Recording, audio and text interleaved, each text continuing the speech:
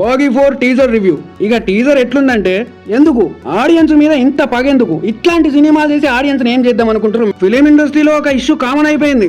ఏదైనా ఒక సినిమా పెద్ద హిట్ అయితే అన్ని ఇమీడియట్ గా కాపీ కొట్టి 10 సినిమాలు రిలీజ్ చేస్తున్నారు మేకర్స్. కన్నడలో కేజీఎఫ్ హిట్ అయిందని ఇప్పటి వరకు కన్నడ మూవీస్ లో కేజీఎఫ్ వైబ్స్ పోనివ్వట్లేదు. హిందీలో యానిమల్ ది అదే పరిస్థితి. తెలుగులో బాహుబలి వచ్చినప్పుడు కూడా ఇదే సిచ్యువేషన్. ఎందుకు వై మీకు తీయడం రాదా? ఇక్కడ సినిమాలు తీయడం ఎగ్జామ్స్ లా ఫీల్ అయిపోతున్నట్టుర్రు. ఒక్కడి దాంట్లో చూసి కాపీ కొట్టి రాస్తే తీస్తే ఆడియన్స్ ఆటోమేటిక్ గా పాస్ చేస్తారన్న భ్రమలో బతికేస్తున్నారు మేకర్స్. యానిమలే బొక్క అంటే యానిమల్ కే బొక్క పెట్టేలా ఉంది బాగీ 4. ఇక బాగీ 4 టీజర్ ఈ మధ్య వైలెన్స్ సినిమాలు ఆడియన్స్ ఎక్కువగా చూస్తుర్రు, ఎక్కువగా ఆడియన్స్ కి వైలెన్స్ నచ్చుతుందన్న భ్రమలో మనం వైలెన్స్ కాదు వైలెన్స్ అమ్మ మొగుల్ లాంటి సినిమా తీద్దామన్న ఇంటెన్షన్ తో తీసి ఆడియన్స్ మొక్కాన మింగారు. ఈ సినిమాకి ముందు tiger Shroff, Sanjay Dutt heroines, cinema makers అందరూ కలిసి మటన్ షాప్ లో పనిచేసినట్టుర్రు.